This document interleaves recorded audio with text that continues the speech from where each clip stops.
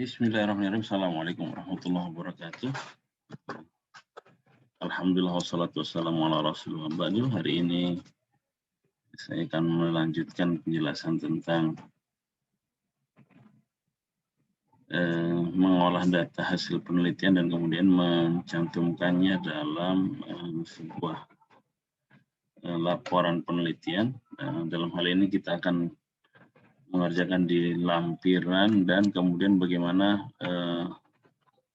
memasukkannya di bab 4 dalam penelitian. Kalau dalam penelitian itu kan bab 1, 2, 3 itu satu pendahuluan, bab 2 teori, bab 3 itu metodologi, dan bab 4 adalah hasil penelitian. Nah, untuk sampai membuat bab 4 itu maka kita perlu mengolah data penelitian, dan itu kita sudah lakukan menggunakan SPSS seperti video terdahulu.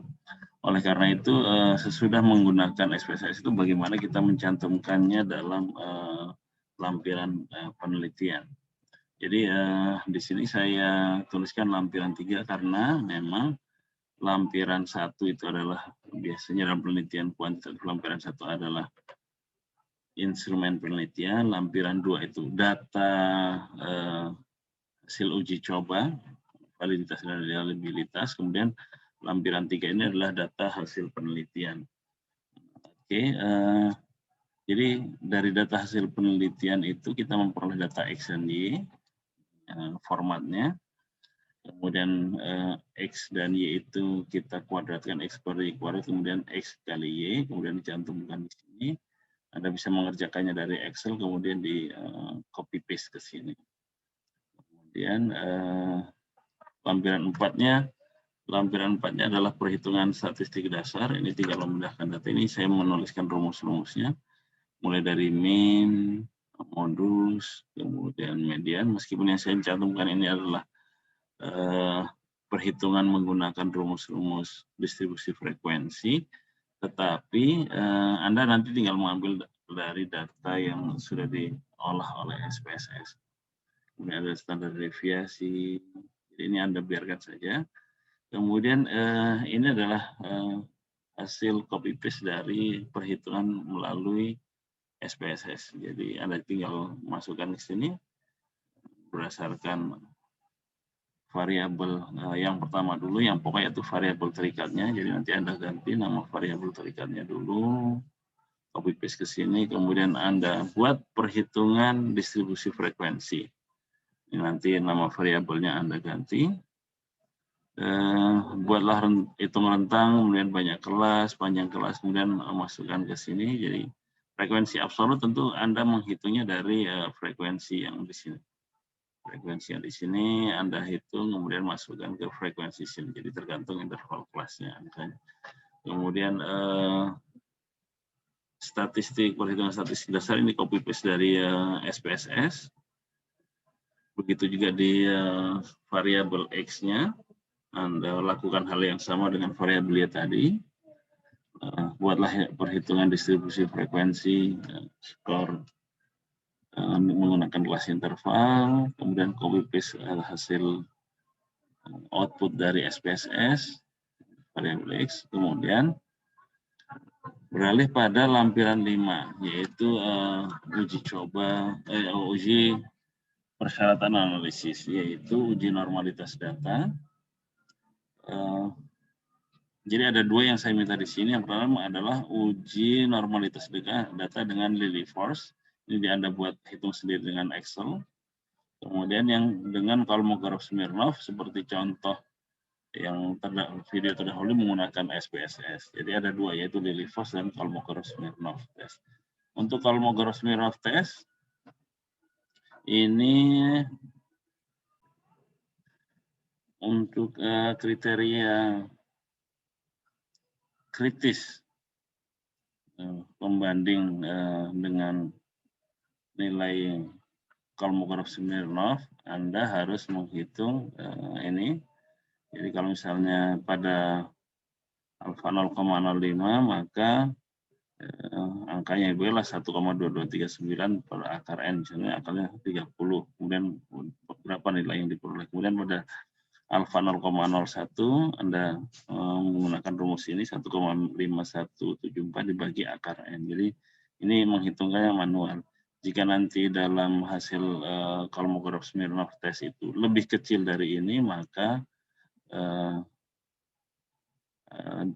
berdistribusi normal gitu. Jadi menggunakan Kolmogorov-Smirnov. Jika nilai kritis lebih kecil dari nilai penyimpangan maksimum, maka data berdistribusi normal. Nah, ini contoh perhitungannya. Oke, jadi ini adalah hasil output SPSS, kemudian nilai penyimpangan maksimum adalah ini kita lihat yang absolut 0,152. Kemudian kita bandingkan dengan tabel di mana alfa yang kita gunakan adalah 0,05, maka diperoleh 0,158. Jadi karena nilai maksimal absolut 0,152 lebih kecil dari nilai kritis tabel 158, maka tabel data berdistribusi normal. Kemudian data perhitungan X juga seperti itu. Nilai penyimpanan maksimum absolutnya 0,1110 lebih kecil dari tabel, maka kesimpulannya berdistribusi normal. Kemudian Anda lakukan pengujian lanjut dengan Lilliefors. Ini seperti menggunakan Excel yang pernah kita bahas terdahulu. Jadi kesimpulannya juga silakan dituliskan. Jika LO lebih kecil dari L tabel, maka data normal. Seharusnya tidak ada perbedaan antara kesimpulan dengan normalitas Lilliefors dan Kolmogorov-Smirnov. Kemudian kita lanjutkan dengan uji homogenitas. Ini Anda melakukan pengujiannya dengan rumusnya seperti ini dan menggunakan Excel seperti yang pernah saya contohkan dalam video terdahulu. Silakan melakukan perhitungannya. Untuk pengujian homogenitas juga kita hipotesisnya adalah jika C kuadrat dihitung lebih kecil dari C kuadrat tabel, maka H0 diterima, artinya data variansi data itu homogen.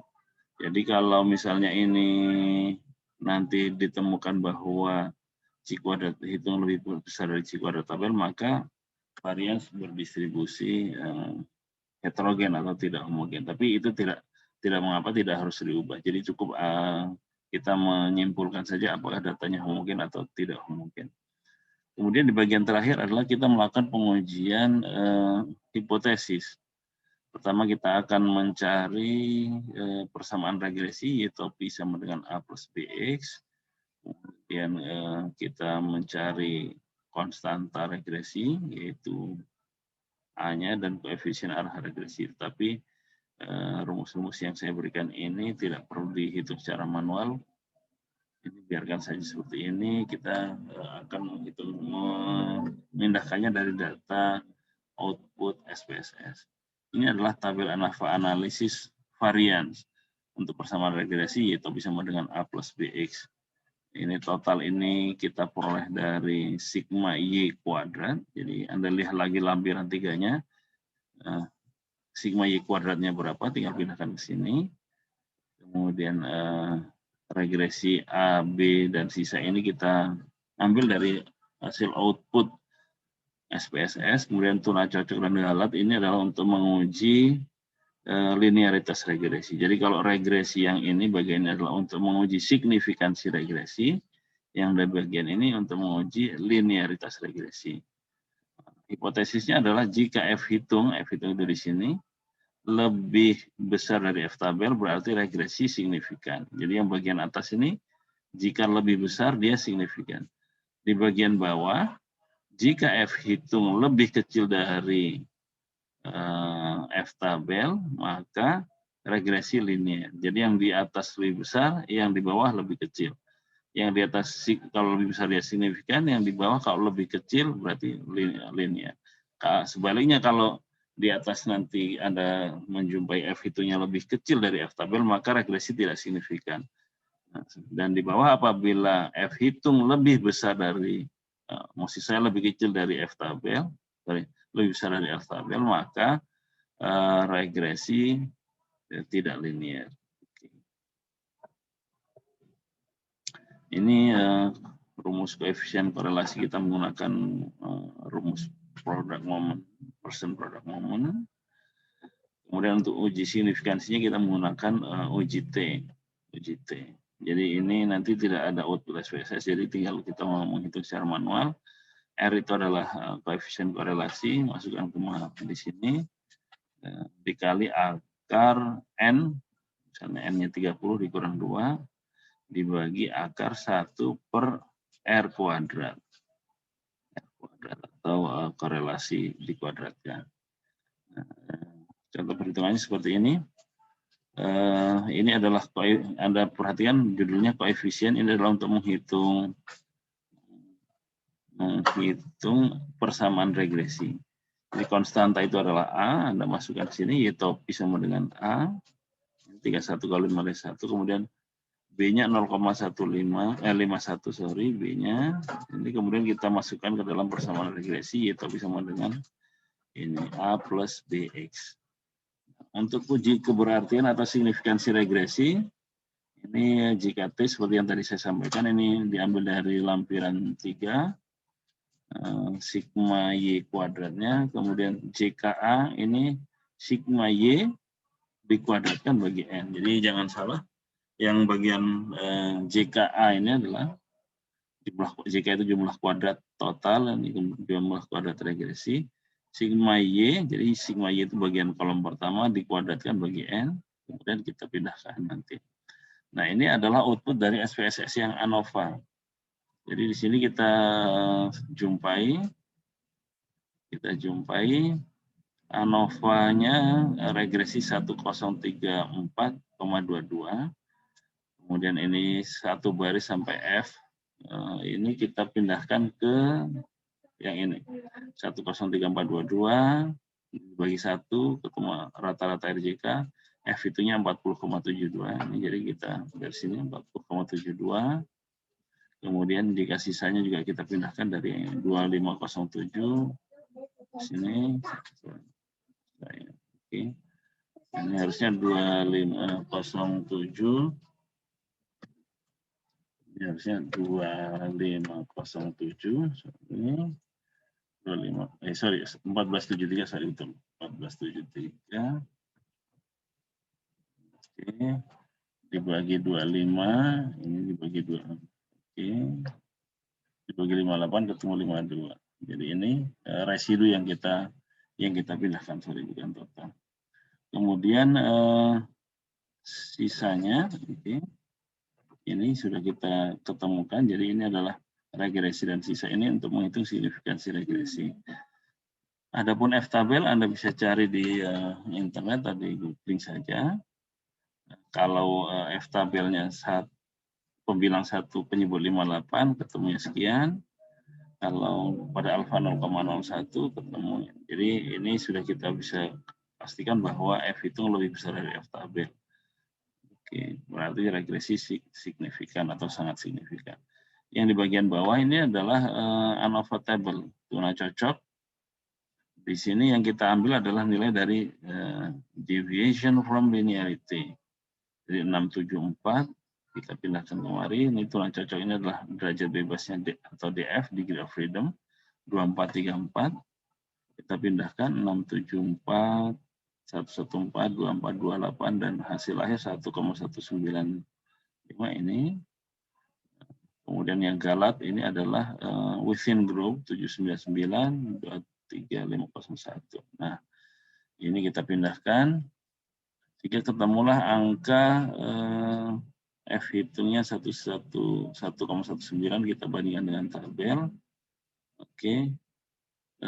Ini karena F hitung lebih kecil dari F tabel, maka NS keterangannya non signifikan, artinya regresi berbentuk linear. Jadi kalau yang atas ini lebih besar dari F tabel, yang bagian bawah lebih kecil dari F tabel supaya dia linear. Ini Anda bisa masukkan ke data-datanya ke mari. Dan yang korelasi juga sama, Anda pindahkan ke sini.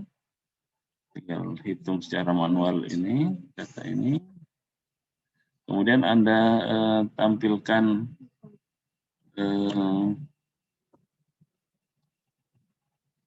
apa yang sudah kita hitung di lampiran tadi ke dalam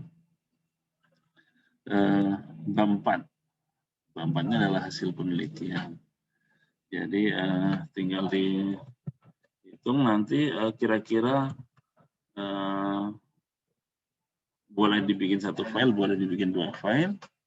Jadi masukkan data-datanya, kemudian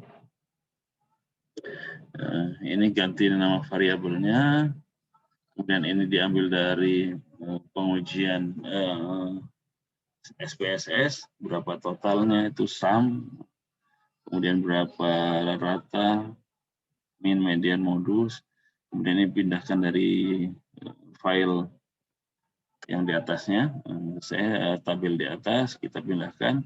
Nah, di bagian ini Anda menghitung saja, jadi rata-rata itu misalnya pada kelompok rata-rata ini kan rata-rata dalam nilai yang kita peroleh adalah 71,27. Nah, 71 itu posisinya di 9. Berarti rata-ratanya sebanyak 9 siswa, berapa persentasenya ini, di rata-rata. Kemudian berapa yang di atas rata-rata, Anda ada jumlahkan. Ini 20, 11 jumlahkan, kemudian berapa persentasenya. Kemudian yang di bawah rata-rata Anda jumlahkan juga dan berapa persentasenya. Kemudian buatlah distribusi frekuensi tadi dalam bentuk histogram. Ini Anda bikin secara manual saja. Ini nanti tinggal klik kanan, kemudian ada grouping dan ungroup supaya muncul seperti ini. Jadi nanti tinggal Anda naik turunkan, misalnya sesuai dengan data. Bikin manual, jangan mengambil dari output SPSS, karena nanti akan mengalami ketidaksesuaian data. Karena ini bagian bawah ini angkanya juga harus mengikuti kelas interval. Kemudian di variabel bebasnya atau X-nya juga lakukan hal yang sama. Oke. Kemudian pada pengujian persyaratan analisis, ini Anda tinggal pindahkan. Jadi nanti dari uji normalitas yang menggunakan Lilliefors, Anda pindahkan. Kemudian yang menggunakan normalitas dengan Lilliefors. Kemudian bagaimana hasil dari uji Kolmogorov-Smirnov, Anda pindahkan juga ke tabel ini. Kemudian yang selanjutnya uji homogenitas varians, ini tentu diambil dari nilai yang sudah Anda olah menggunakan Excel di uji homogenitas varians. Kemudian bagian terakhirnya mencantumkan pengujian hipotesis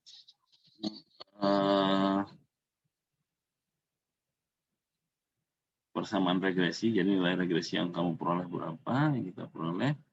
Kemudian di bagian ini adalah memindahkan dari tabel di lampiran. Jadi cukup copy paste saja. Nah, yang agak berbeda tentu di sini.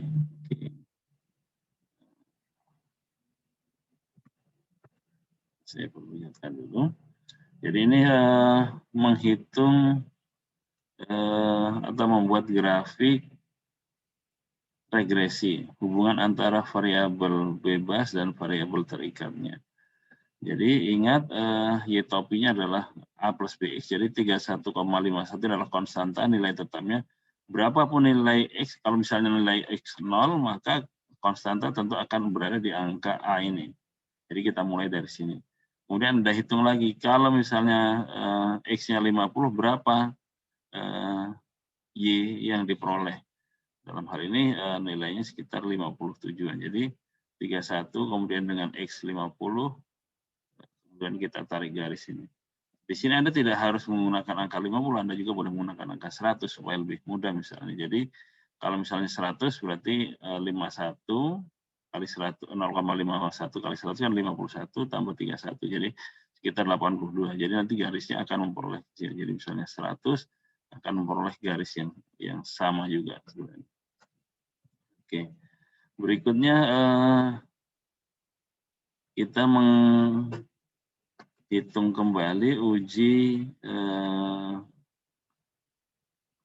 pengujian hipotesis dengan korelasi persen produk moment, dan kita sudah memperoleh hasilnya. Misalnya N-nya RY1, kemudian berdasarkan perhitungan signifikansi korelasi dengan uji T hitung, diperoleh angka ini, maka kesimpulan jika T hitung lebih besar dari T tabel, ini T tabel Anda bisa googling saja, jika T hitung lebih besar dari T tabel, maka koefisien korelasi signifikan atau sangat signifikan di sini disebutkan. Jika lebih kecil daripada T tabel, maka koefisien korelasi tidak signifikan, tidak ada keberartian. Jadi korelasinya bisa jadi korelasi kebetulan dan lain sebagainya karena dia hasilnya lebih kecil. Nah, itu di bagian sebelum akhir. Kemudian di bagian paling akhir kita menghitung koefisien korelasi yang kita kuadratkan, dan ini disebut dengan koefisien determinasi. Koefisien determinasi adalah kuadrat dari koefisien korelasi. Apa fungsinya? Fungsinya adalah kita mengetahui seberapa besar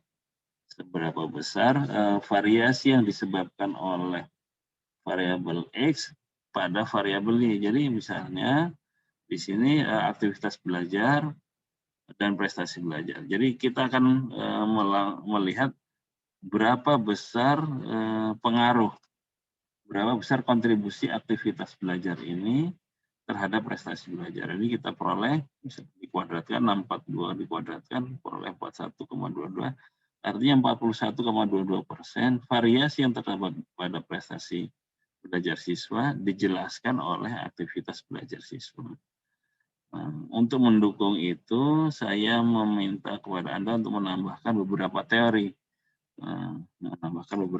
Terkait dengan variabel yang Anda ambil. Misalnya Anda mengambil prestasi belajar siswa, tinggal Anda cari searching apa ini maksud prestasi belajar siswa menurut para ahli. Kemudian Anda simpulkan apa itu hakikat prestasi belajar siswa, apa itu aktivitas belajar siswa, dicari dari para ahli, kemudian simpulan hubungan. Jika demikian terdapat hubungan ini, hubungan positif antara aktivitas belajar dengan prestasi belajar. Itu adalah bagian akhir dari bab 4 yang harus kita kerjakan ketika kita membuat penelitian korelasional. Kira-kira itu secara singkat penjelasan bagaimana lampiran dan bab 4. Semoga Anda semua bisa memahami dan mengerjakannya dengan baik, dan bila perlu Anda bekerja sama dengan teman untuk mengerjakan ini supaya ada semangat kebersamaan dan bisa tepat waktu mengerjakan. Terima kasih. Billahi wabillahi, wallahu muwaffiq ila aqwamit thoriq. Assalamualaikum warahmatullahi wabarakatuh.